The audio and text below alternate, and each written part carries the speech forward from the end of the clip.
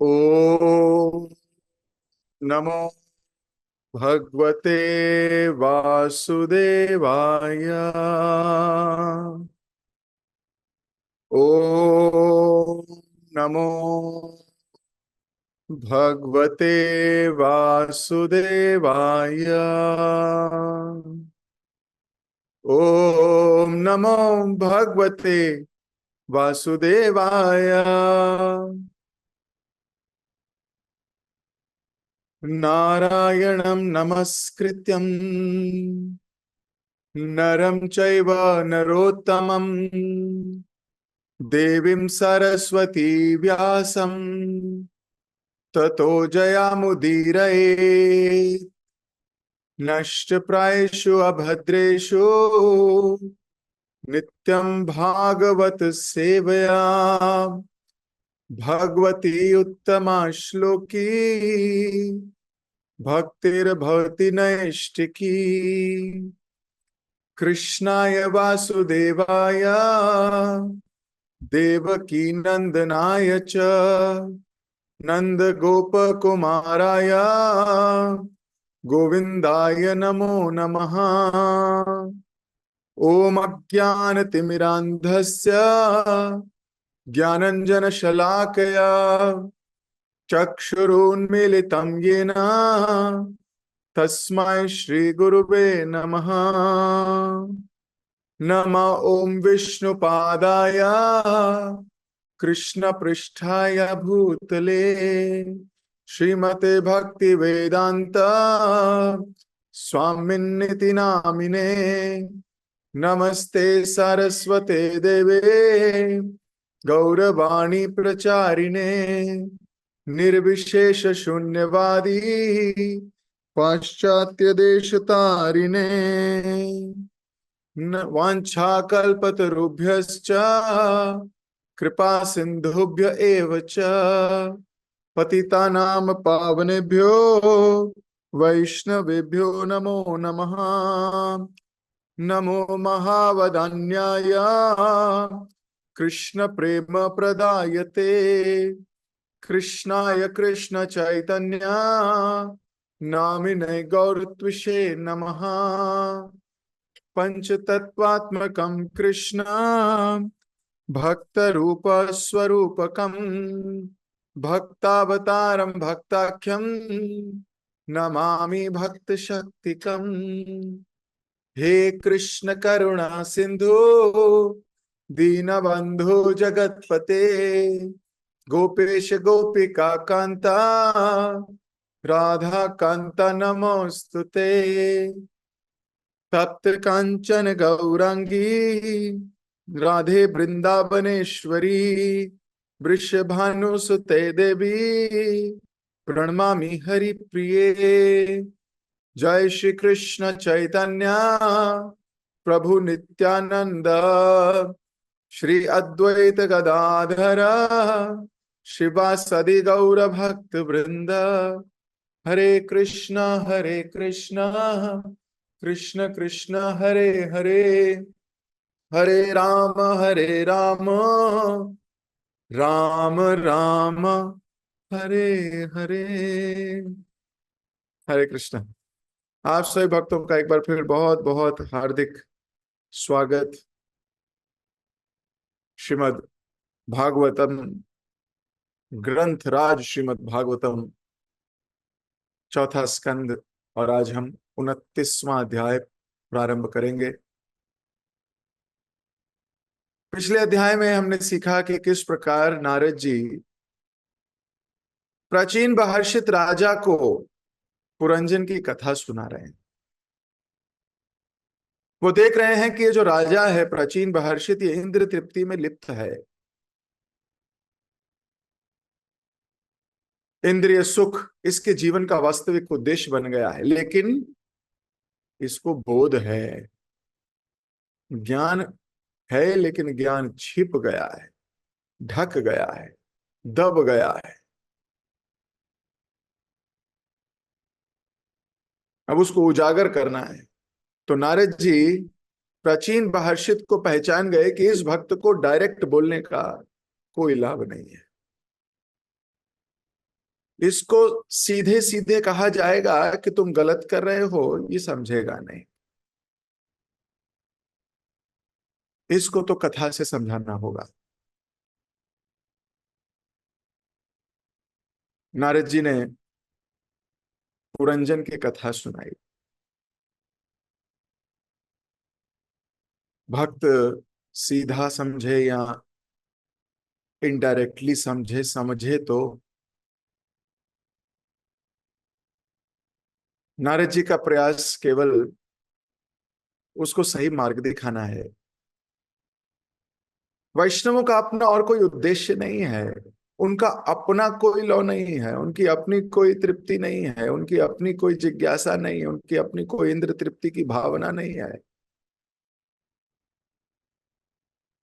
वह भक्त को भगवान से मिलाकर खुश होते हैं। नारद जी प्राचीन महर्षि को भगवान से जोड़ना चाहते थे, और जो एक बार कृष्ण से जुड़ जाता है उसका कृष्ण से विमुख होना लगभग असंभव होता है। अगर वो अपने को अच्छे से विकसित करे, अपने कॉन्शियसनेस को अच्छे से डेवलप करे, तो बहुत मुश्किल है उसका भक्तों को या भगवान को छोड़ना। लेकिन पांचवें स्कंद भागवतम में आप देखोगे किस प्रकार भरत महाराज भाव की श्रेणी पर आके भी गिर गए। तो इतनी हाई लेवल प्रेम से इतना सा नीचे रह के भी भक्ति से कुछ च्युत हो सकता है।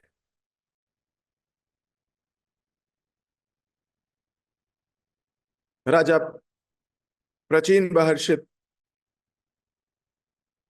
नारद जी से सुनने लगा। ये बड़ी अच्छी बात है किसी की कि वो सुनने तो लगे। वो श्रवण के प्लेटफॉर्म पर तो आए।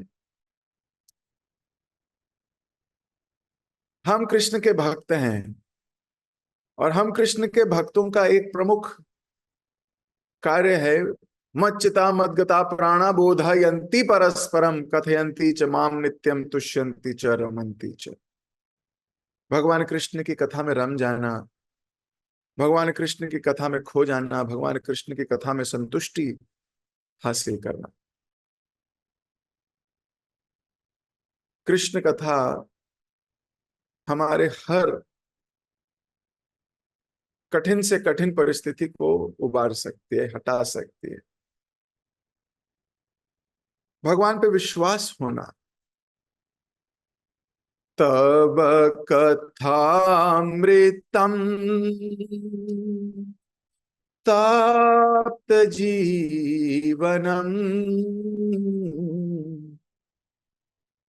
आपका कथा का अमृत इस तप्त जीवन, तड़पते हुए जीवन में ठंडी ठंडी बारिश बन के आता है। सच बात है।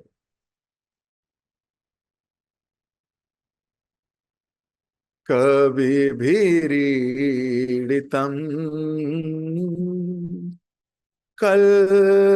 कल्मषाप हम। सारे कल्मश हर लेता है। आपकी कथा बड़ी सुंदर है भगवान।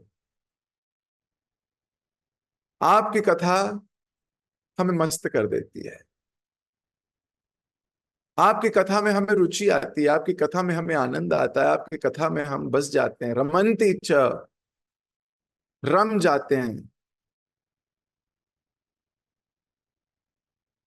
आनंददायक है, आनंद प्रदान करने वाली है। अगर हमें आनंद नहीं मिल रहा, इसका मतलब हम ठीक से नहीं सुन रहे। इसका मतलब हम अपनी हमारी कॉन्शियसनेस ठीक नहीं है। We are not able to enjoy it fully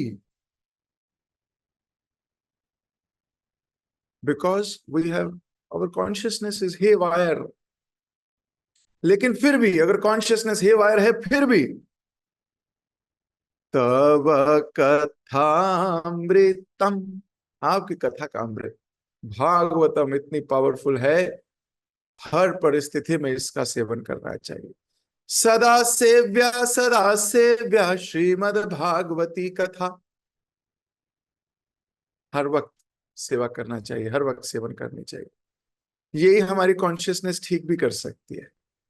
श्रवण, सुनना। हाँ, कभी कभी it is like a boxing match. कभी कभी, या ऐसा कहें अक्सर, इट इज लाइक बॉक्सिंग। ओ, एक पंच पड़ा प्रभु जी, एक पंच पड़ा हमारे अहंकार को, ओहो एक पंच पड़ा। कभी कभी ऐसे लगेगी कि बहुत डायरेक्ट हो रही है, ये तो मेरी जीवन की कथा है, ये तो मेरी पोल खोल दी। हाँ,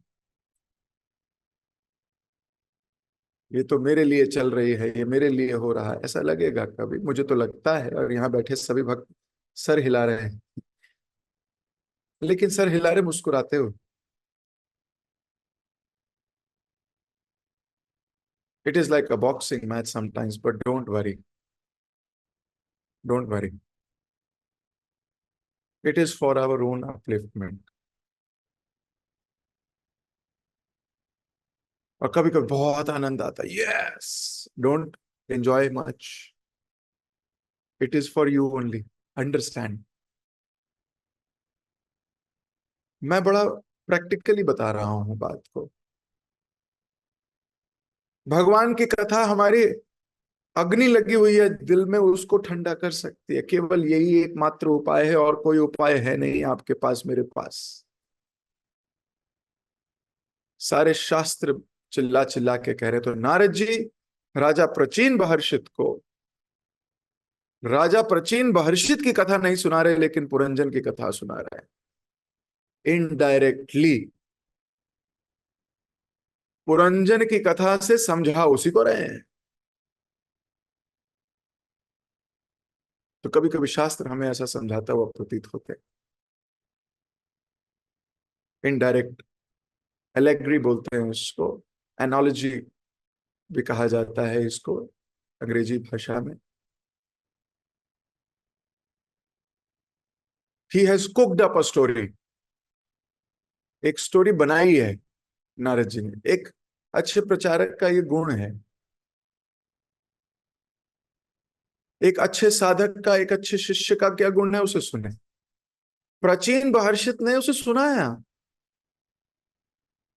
2 चैप्टर दिए पूरे के पूरे भागवतम में व्यासदेव जी ने, केवल पुरंजन और पुरंजन के अगले जन्म में स्त्री की कहानी बता के। अब प्राचीन महर्षि समझ गया ये कुछ कुछ मेरे लिए चल रहा है। अब देखिए प्रश्न पूछता है कितनी विनम्रता से। ये अगला अध्याय प्राचीन महर्षि और नारद जी के बीच हुई वार्तालाप का है। अब जरा इनकी वार्तालाप सुनिए। पुरंजन की कथा सुना के नारद जी ने इनडायरेक्टली प्राचीन महर्षि को उसका आईना दिखाया है, और उसको समझ में आ रहा है मेरे को आईना दिखाया है, लेकिन फिर उसकी हृदय की बात सुनिए। अब आप, राजा प्राचीन महर्षि किस प्रकार वार्तालाप कर रहा है, मैं आप सबकी स्क्रीन पे दिखा रहा हूं। There are so many things to learn बाबा, कमाल है।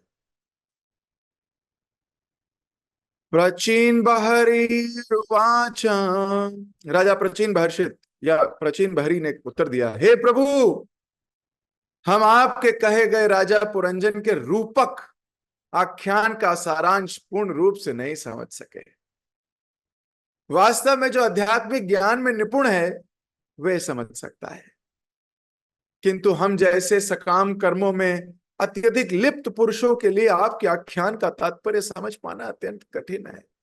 तो पहले तो राजा प्राचीन महर्षि ने बता दिया कि ये जो आपने रूपक आख्यान का है, रूपक मतलब ओरिजिनल नहीं है, आपने कंपेयर किया है आपने, और आख्यान अन्योक्ति, आपने कोई कहानी सुनाई है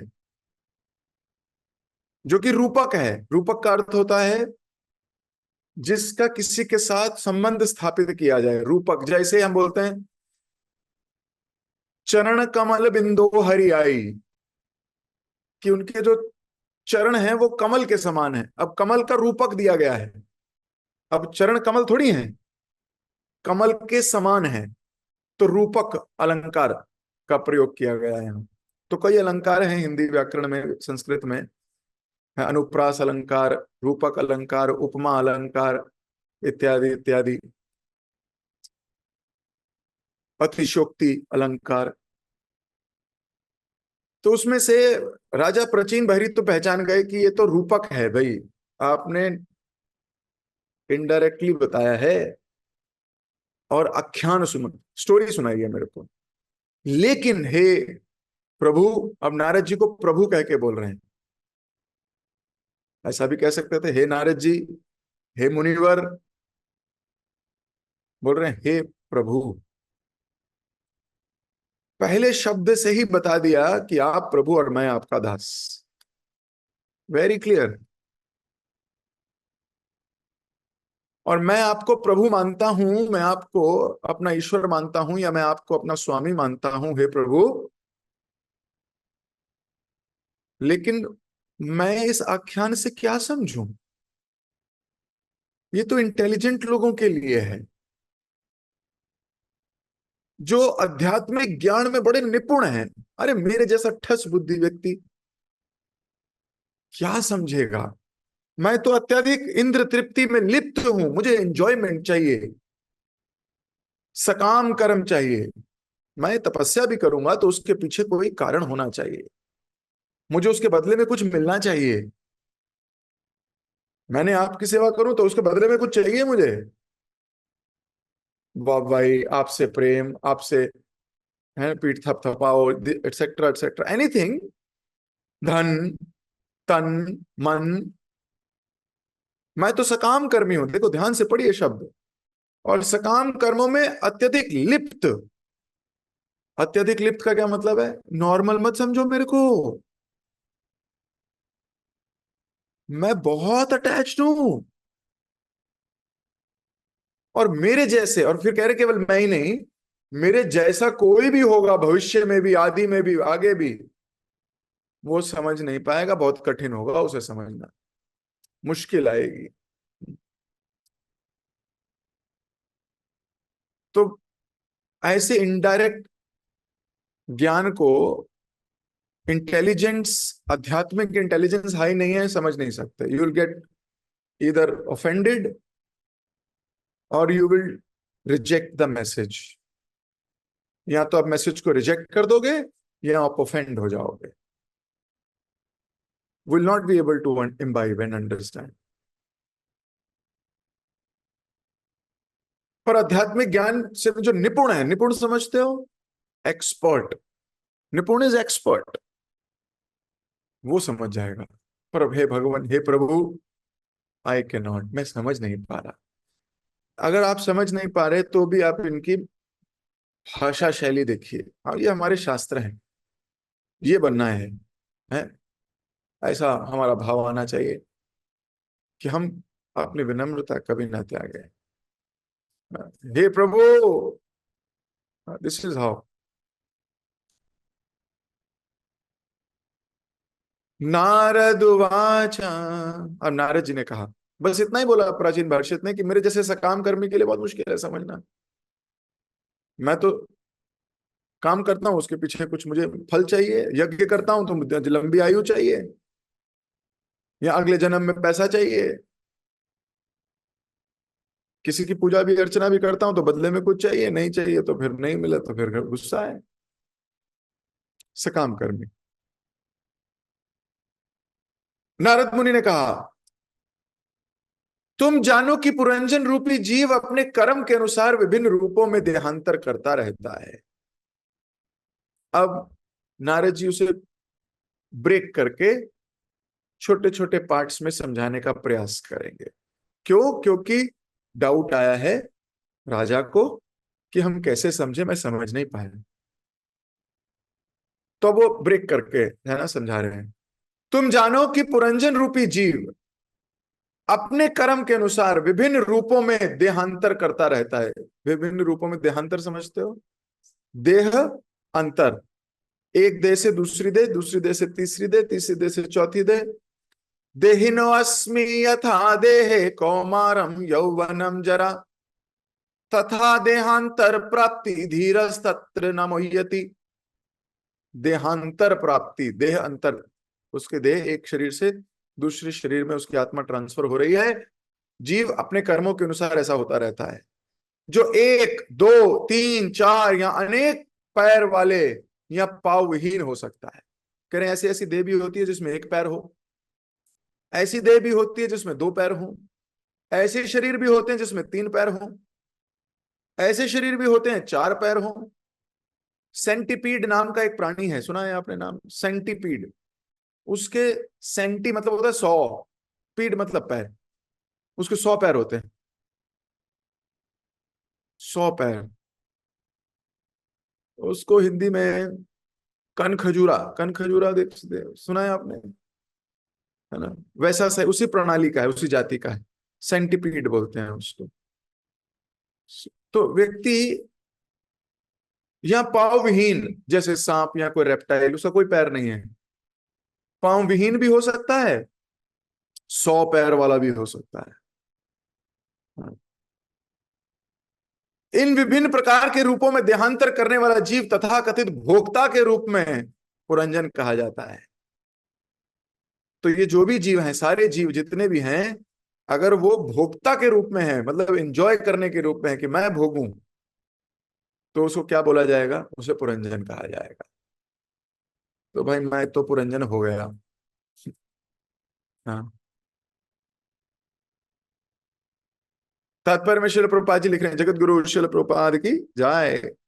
आत्मा एक रूप से दूसरे में जिस प्रकार देहांतर करता है, उसका यह अत्यंत सुंदर वर्णन हुआ है यहाँ। एक पाद से भूतों का बोध होता है,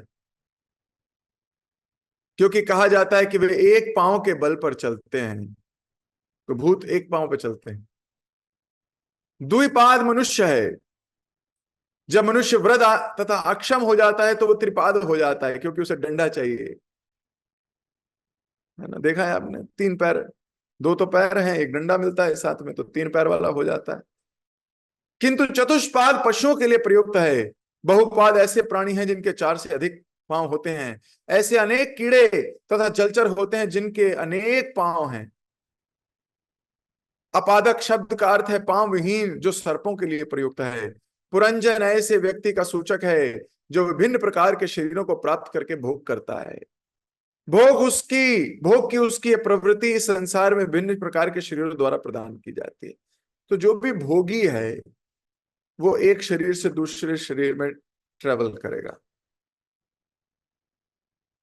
एनीबडी हु इज भोगी, who is a sense gratifier, who wants to enjoy, सूक्ष्म रूप से उसके हृदय में इंद्र तृप्ति की कामनाएं धधक रही हैं, वो एक शरीर से दूसरे शरीर में जाएगा, वहां भोगेगा, फिर कहीं और भोगेगा, फिर कहीं और भोगेगा। हर भोग योनि में किसी न किसी प्रकार का भोग मिलेगा उसको। कई कोई योनियां ऐसी हैं जिसमें खाने का भोग ज्यादा है, जैसे हाथी। हम्म, जिनको खाने का बहुत शौक है, सारा दिन खा सकते हैं, उनको सारा दिन खाने वाले जीव बनता है। भैंस, घोड़ा सारा दिन खा सकता है। हाथी तो है ही बाप, हाथी तो फिर। कईयों को अच्छा देखने का शौक है बहुत, उनको खाने का नहीं, उनको देखने का बहुत मजा आता है। वो देखने में भोगना चाहते हैं, वो पतंगा बनते हैं। देख, क्षमा, क्षमा को देख, कैंडल को देख, लाइट को देख, और देख और उसके साथ टकराता रहे, टकराता रहे, टकराता रहे, टकराता रहे, टकराता रहे, भोग कर, भोग कर, भोग कर, भोग कर, कब तक? जब तक मर ना जाए।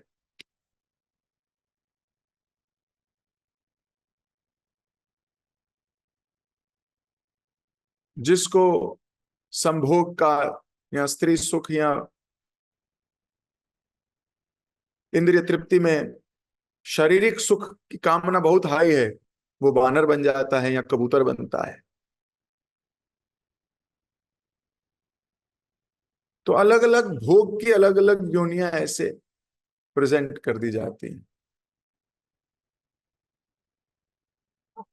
और उसी भोग वृत्ति की वजह से मरता भी है, पर उसे फिर वही भोग चाहिए।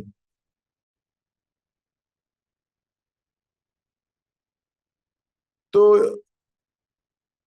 विभिन्न विभिन्न प्रकार के शरीर मिलेंगे आपकी अपनी तृप्ति को लेकर। अब मान लो आपके अंदर ये सब है, अच्छा खाऊंगा अभी, अच्छा सुनूंगा अभी, अच्छा ये भी करूंगा, अच्छा वो भी करूंगा, तो फिर आपको ये सारे शरीर मिलेंगे एक एक करके। अच्छा पहले हाथी बन जा, फिर कबूतर बन जाइयो, फिर घोड़ा बन जाइयो, फिर 2 जन्म इसके। अच्छा इस वाले की लालसा बहुत ज्यादा है तो 5 जन्म इसके। एक बार मर के मरेगा, फिर खाएगा, फिर मरेगा, फिर पूरा जीवन बिताएगा, फिर उसी योनि में पैदा होगा, पांच पांच जन्म लेंगे ऐसे ही। कईयों के बाद 200 जन्म मिलते हैं ऐसे, 200 जन्म गिलहरी के। तो एक बार गिलहरी मर के मरेगा, फिर दूसरी बार गिलहरी बन के मरेगा, फिर तीसरी बार गिलहरी बन के मरेगा, भोगता रहेगा, भोगता रहेगा, भोगता रहेगा, भोगता रहेगा, भोगता रहेगा 200 बार, फिर मरेगा। तो हम इस चक्र में फंस जाते हैं। सोचो किस चक्र में जा रहे हैं। आज की एक्टिविटी डिसाइड करेंगे कि कल हमारा जीवन कैसा होने वाला है। क्यों नहीं हम इस बात को समझ के शेड करते अपनी, हाँ, चीजों को क्यों नहीं शेड करते। तो भोग की प्रवृत्ति है सिर्फ, ये बहुत बड़ी प्रॉब्लम है। प्रभुपाद जी लिख रहे हैं कि भोग की उसकी एक प्रवृत्ति है जो विभिन्न शरीर प्रदान करती है। कितने लोगों को चाहिए शरीर, बताओ भाई, कितने लोगों को ये वाले सारे शरीर चाहिए। अभी कोई नहीं कहेगा, लेकिन आपके कहने और ना कहने से नहीं होगा, आपके एक्शन से होगा। It is not dependent on your desire, it depends on your thought and your action also. आगे बोल रहे हैं, जिस पुरुष को मैंने अविज्ञात कहा है, वो जो आया था ना ज्ञान देने के लिए पिछले चैप्टर में, याद है, जो परमात्मा थे, अब उसकी पोल खोल रहे हैं। अब यहां बोल रहे हैं नारद जी, वह जीव का स्वामी तथा शाश्वत मित्र परमेश्वर है। क्योंकि जीव भगवान को भौतिक नामों, गुणों, कर्मों द्वारा नहीं जान सकते, फलतः बद्ध जीव के लिए वे सदा अज्ञात रहते हैं। तो भगवान तो बद्ध जीव के लिए अज्ञात हैं, वो जान ही नहीं सकता उनको। कभी किसी नाम से कोई पुकारता है, किसी नाम से पुकारता है, पर वो हिडन है। कोई कहता है निराकार है। अज्ञात है, भगवान छुपे हुए हैं। कोई किसी बाबा जी को ही भगवान मान लेता है। भगवान छिपे हुए हैं।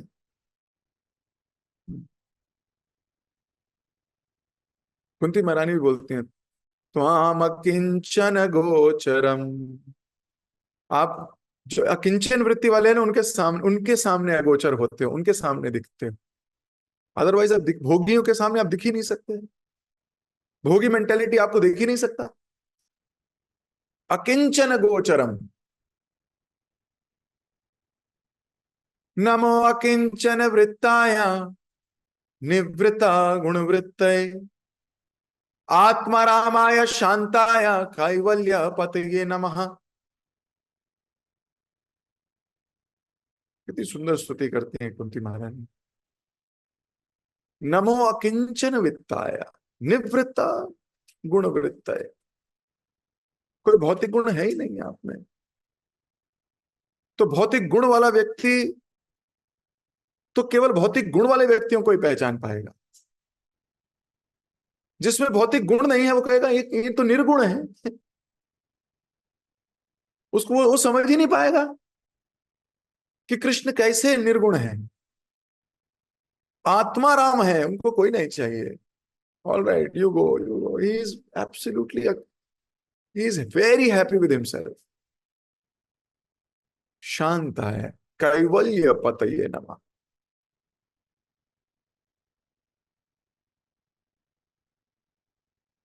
तो वो जो परमात्मा है वो अगोचर है। वो देख नहीं, वो दिख नहीं सकते, उसे उन्हें देखा नहीं जा सकता भौतिक व्यक्तियों के द्वारा।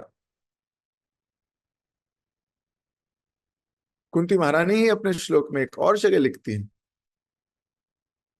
कि जो मूर्ख हैं, जो मूढ़ हैं, नटो नाट्यो यथोधरा, दूसरा दूसरा श्लोक,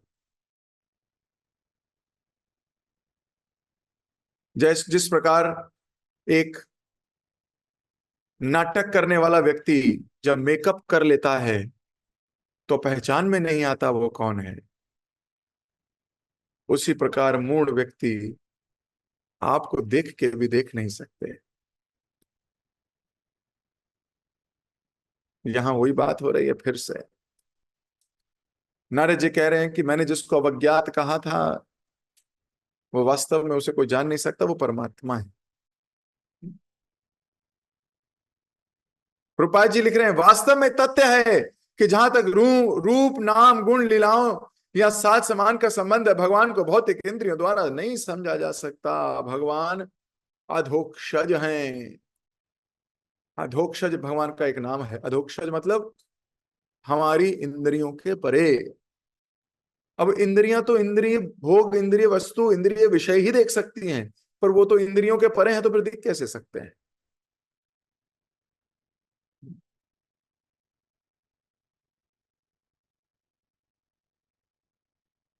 प्रकृति के परे हैं वो भगवान, और हम प्रकृति के बद्ध जीव। हम प्रकृति के तीनों गुणों में आने वाले जीव, और वो प्रकृति के परे जीव। हम प्रकृति के गुण में अधीन उन प्रकृति के परे व्यक्ति को कैसे देख सकता है? नमस्ते पुरुषात्वाद्यम ईश्वरम प्रकृते परम। पहला श्लोक कुंती महारानी, कुंती स्तुति। आज कुंती स्तुति बहुत याद आ रही।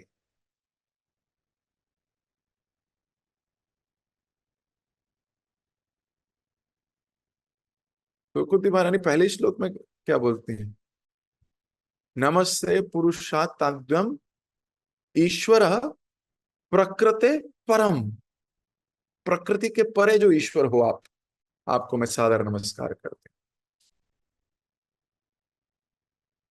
अंतर बहिरवस्थितम। अंत किस पे करते हैं? अंदर बाहर हर जगह आप ही हो। अंदर परमात्मा के रूप में और बाहर कृष्ण के रूप में मेरे समक्ष खड़े। बाकी कोई देख भी नहीं पा रहा, अश्वत्थामा देख ही नहीं पा रहा कि ये कृष्ण है। प्रकृति से परे हैं वो। उनका नाम ही अधोक्षज है। अधोक्षज का मतलब हम नहीं समझ सकते, हमारी प्रकृति हमारी बुद्धि के परे।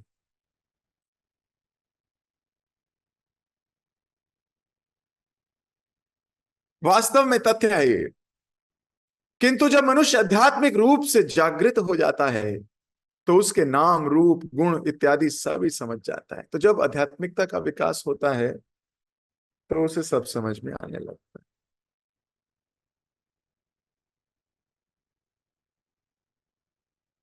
इसकी पुष्टि भगवत गीता में हुई है। भक्तयाम अभिजानाति यावान यशस्वी तत्वतः।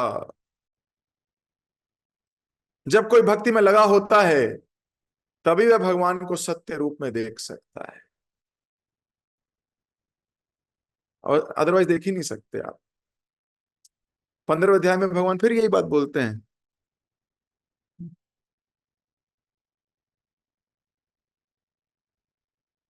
विमूढ़ा नानुपश्यन्ति पश्यन्ति ज्ञान चक्षुषा।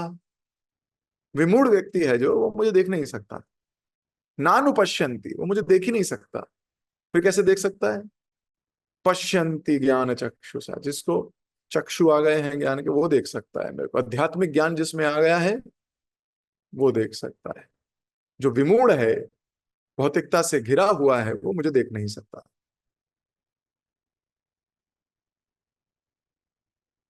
पाप तथा पुण्य कर्मों में प्रवृत्त सामान्य पुरुष भगवान के रूप नाम तथा कर्मों को नहीं समझ सकते भाई। अब ये भाई मैंने खुद लगाया है, प्रभुपाद जी ने नहीं लिखा था। ये थोड़ा परपट में मेरा परपट आ गया बीच में है।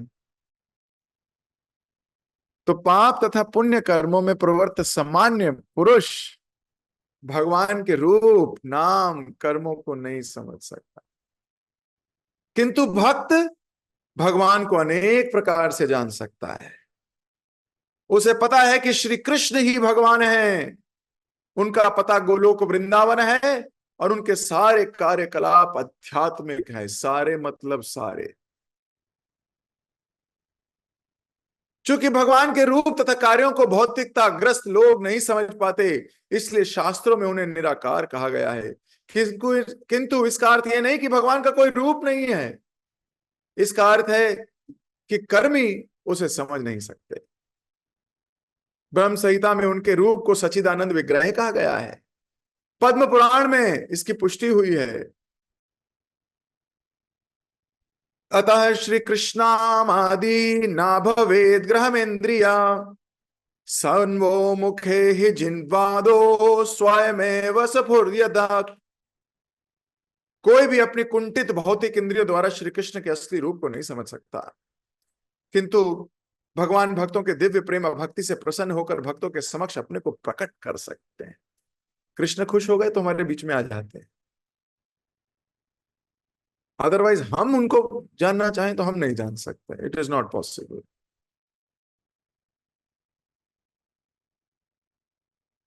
चूंकि भौतिक इंद्रिया द्वारा भगवान कृष्ण के नाम रूप गुण नहीं जाने जा सकते, अतः उन्हें अधोक्षज अर्थात भौतिक दृष्टि से परे कहा गया है। जब इंद्रियां भौतिक आदि कार्यों द्वारा शुद्ध हो जाती हैं तो भक्त भगवान के विषय में उन्हीं की कृपा से सब कुछ समझ जाता है। जब विषय छाड़ता है, छोड़ता है, तो उसे शुद्धता आती है, और जब शुद्धता आती है तो भगवान को समझ जाता है। विषय छाड़िया कबे शुद्ध हो बे माना, तबे हम हरि बो श्री वृंदावन। नरोत्तम दास ठाकुर लिख रहे हैं, विषय छाड़िया कबे शुद्ध हो बे मन। क्या हमारे मनों में अभी विषय हैं? हाँ ना, बोलो भाई। हाँ हैं। तो क्योंकि मन में भी बहुत सारी आसक्तियां हैं, बहुत सारे ग्रंथ हैं, ग्रंथियां हैं, बहुत सारी इच्छाएं हैं, बहुत सारी इंजॉयमेंट टेंडेंसीज हैं, बहुत सारी प्रोपेंसिटीज हैं, बहुत सारी दोगुला भाव है, बहुत सारी डुप्लिसिटी है, हिपोक्रेसी है, सब कुछ है मन में। इसलिए क्या है, शुद्ध नहीं हो रहा मन, और इसीलिए भगवान के प्रति स्नेह भी नहीं उत्पन्न हो रहा। स्वतः ही चलने वाला जो प्रेम भाव है, ये गंगा भगवान की तरफ नहीं बहती, कृष्ण कथा की तरफ नहीं बहती, वैष्णवों के संग के लिए नहीं ललायित होती। अक्सर भागवतम में हम पढ़ते हैं कि गाय को, बछड़े को छोड़ो खाली, वो कहां भागता है? गाय की तरफ भागता है। इसका मतलब आकृष्ट है, सारा दिन मेडिटेट किया है, कब छूटूंगा माँ के पास जाऊंगा, कब छूटूंगा माँ के पास जाऊंगा, कब छूटूंगा माँ के पास जाऊंगा। हम मेडिटेट ही नहीं करते। जैसे ही फ्री हुआ वैसे ही भक्तों के साथ बैठ के कृष्ण कथा करूंगा।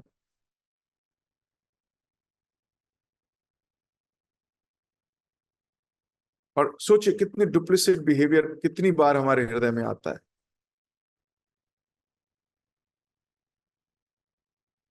हम कई बार देखते हैं, एनालिसिस करते हैं, जब रिपोर्ट्स आती हैं,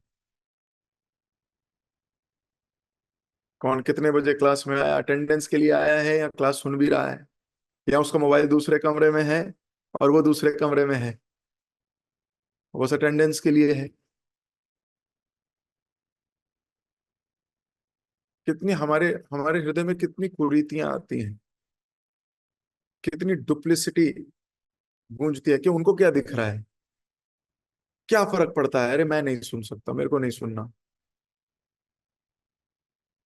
we are doing 100 things at that time which we can avoid. but we do at that time only.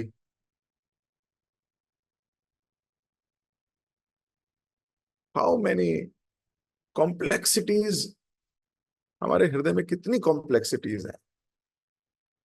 भौतिक, एक तरफ आध्यात्मिकता है, भगवान की कथा सुनने की बात है, एक तरफ भौतिकता है। हम भौतिकता चुनते हैं हर बार और आध्यात्मिकता को पजामा पहनाते हैं। वाई? किससे छल करेंगे? किससे?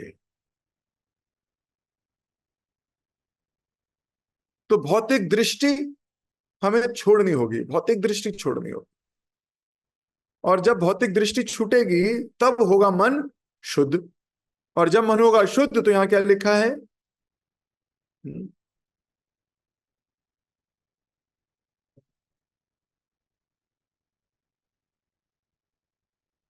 तब जाके उसको सभी कुछ समझ में आ जाएगा। जब इंद्रियां भक्ति के कार्य द्वारा शुद्ध हो जाएंगी। भक्ति के कार्य करने हैं हमको। भक्ति के कार्य क्या है? भक्ति अनुकूल कार्य करना स्वीकार, भक्ति प्रतिकूल कार्य वर्जन अंगीकार। भक्ति के प्रतिकूल भाव भी आए अगर तो वर्जन, हटा देना उसको। क्या इससे मेरी भक्ति बढ़ेगी? क्या ये जो प्रभु जी कह रहे हैं इससे मेरी भक्ति बढ़ेगी? क्या जो नारद जी कह रहे हैं इससे मेरी भक्ति बढ़ेगी? क्या जो मेरे गुरुदेव ने मुझे कहा उससे मेरी भक्ति बढ़ेगी? विचार करना। क्या मैं चुपचाप सुनता रहूं क्या हमेशा? टॉलरेट टॉलरेट टॉलरेट करता रहूं क्या हमेशा? मतलब मैं कितना टॉलरेट करूं प्रभु जी? हमेशा टॉलरेट करता रहूं? तो पूछो अपने आप से, क्या टॉलरेट करने से भक्ति बढ़ेगी?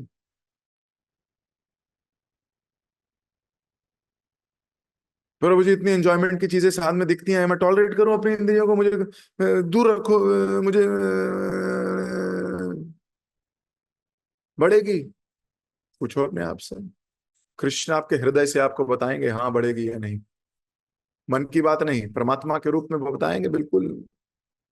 इतनी फिलॉसफी तो घुस गई है कि अब एटलीस्ट ये तो पता लगेगा कि कौन सा भक्ति के प्रतिकूल है और अनुकूल है। और अगर नहीं पता है इतनी, तो हमारे पास तो इतने सारे भक्त हैं, हमारे काउंसलर हैं। काउंसलर से पूछेंगे जाके, प्रभु जी ऐसा भाव आ रहा है, क्या हमें हमारी इससे भक्ति बढ़ेगी या घटेगी? ये कार्य करना मेरे जीवन के लिए श्रेष्ठ है या श्रेष्ठ नहीं है, बताइए।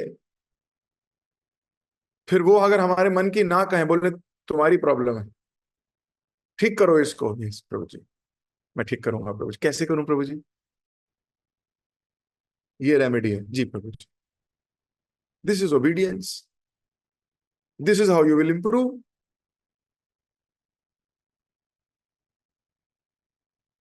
अदरवाइज देर इज, हमारा और कोई है नहीं। तो भक्ति के जो अनुकूल कार्य हैं उन्हें स्वीकार कीजिए। इस्कॉन में प्रभुपाद जी ने इतने मंदिर बनाए, इतने सेंटर्स बनाए, इतने भक्त बने, सहारा लेने के लिए। ये कलयुग के ओएसिस हैं। रेगिस्तान में, मरुस्थान में कहीं कहीं पानी की छोटी छोटी है तालाब, ठंडक देंगे। श्रीमद् भागवतम है, सहारा लीजिए। सो मैं अपनी वाणी को यहीं दे रहा हूं विराम। राजा प्रचीन बहर्षित ने नारद जी से पूछा है कि सकाम कर्मियों के लिए नहीं है ये जो आपने कहा है, समझ नहीं आ रही है। तो नारद जी एक्सप्लेन कर रहे हैं। नारद जी एक्सप्लेन कर रहे हैं, प्रभुपाद जी और एक्सप्लेन कर रहे हैं। और ये कहा गया है कि वो जो व्यक्ति आया है वो कोई और नहीं है, परमात्मा है। और परमात्मा लोगों के लिए अविज्ञात रहते हैं, ज्ञात नहीं है, अविज्ञात है, लोग पहचान ही नहीं पाते। अनेक शरीर चुनता है, कोई 2 पैर वाला, कोई 4 पैर वाला, कोई 6 पैर वाला, अपने अपने कर्म के अनुसार वो चुनता रहता है। अगला श्लोक और भी पावरफुल है, इसको अगली क्लास में हम चर्चा करेंगे। जगत गुरु शिल प्रभुपाद की जय। ग्रंथराज श्रीमद् भागवतम की जय। आप सभी कृष्ण प्रेमी भक्तों की जय। हरे कृष्णा। किसी भक्त का कोई प्रश्न है तो हम एक प्रश्न ले सकते हैं।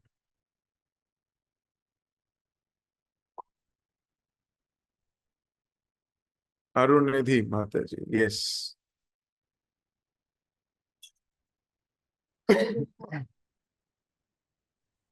जी मेरा था। आपकी आवाज नहीं आ रही, मेरे को थोड़ी तेज बोलना होगा आपको।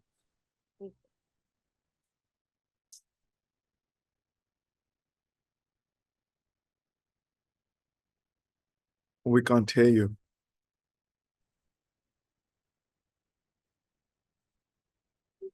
हेलो, हरे कृष्णा। हाँ जी।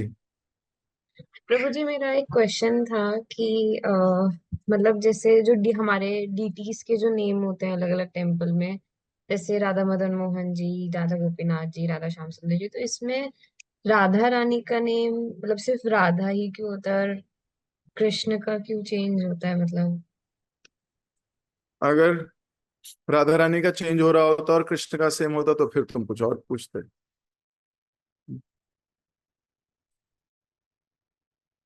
भगवान को राधा नाम बहुत प्यारा है, बहुत प्रेम है उससे।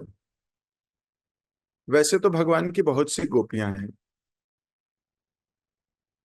भगवान इन्हीं के लिए गोपीनाथ बनते हैं, इन्हीं के लिए राधानाथ बनते हैं, इन्हीं के लिए श्याम सुंदर बनते हैं, इन्हीं के लिए मदन मोहन बनते हैं।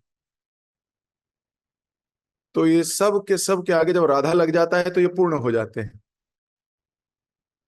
अकेले हम गौड़ीय वैष्णव जुगल जोड़ी की सेवा करते हैं, राधा और कृष्ण दोनों। अब भगवान के तो बहुत से नाम हैं उनकी लीलाओं के अनुसार, लेकिन राधा रानी का जो ये राधा नाम है, ये कृष्ण को बहुत प्रिय है। और राधा रानी को कृष्ण के सारे नाम प्रिय हैं। कृष्ण कहो, कान्हा कहो, गोपाल कहो, गोविंद कहो, मदन मोहन को, राधा रानी को सब सब प्रेम है, सब। गोपी गीत में, भ्रमर गीत में आप सुनते हो, दसम स्कंद में कई कई नामों से गोपियां पुकार रही हैं, राधा रानी कई नामों से पुकार रही है कृष्ण को। लेकिन कृष्ण जब पुकारते हैं राधा को तो सिर्फ राधा के नाम से पुकारते हैं। भगवान को राधा नाम बहुत प्रिय है और राधा रानी को कृष्ण के सारे नाम प्रिय हैं। तो राधा रानी का जो प्रेम है कृष्ण से, वो कृष्ण का जो प्रेम है राधा रानी से उससे कहीं ज्यादा है। राधा रानी कृष्ण को कहीं ज्यादा प्रेम करती है। इसी प्रेम का स्वादन करने के लिए तो गौरांग महाप्रभु के रूप में आना पड़ा भगवान को। ठीक है। सो इसलिए राधा रानी का नाम कृष्ण को बहुत प्रिय है, वो राधा ही बोलते हैं वो। हम देखते हैं भगवान की द्वारिका लीलाओं में कई बार सोते सोते राधा राधा पुकारते थे। तो भगवान को बड़ा प्रिय नाम है। ठीक है। ओके, मुझे दीजिए आज्ञा, आप सबसे मुलाकात होगी। हरे कृष्ण।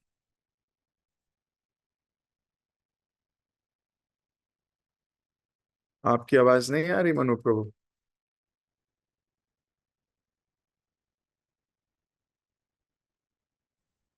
हरे कृष्णा प्रभु जी, पूर्ण प्रणाम।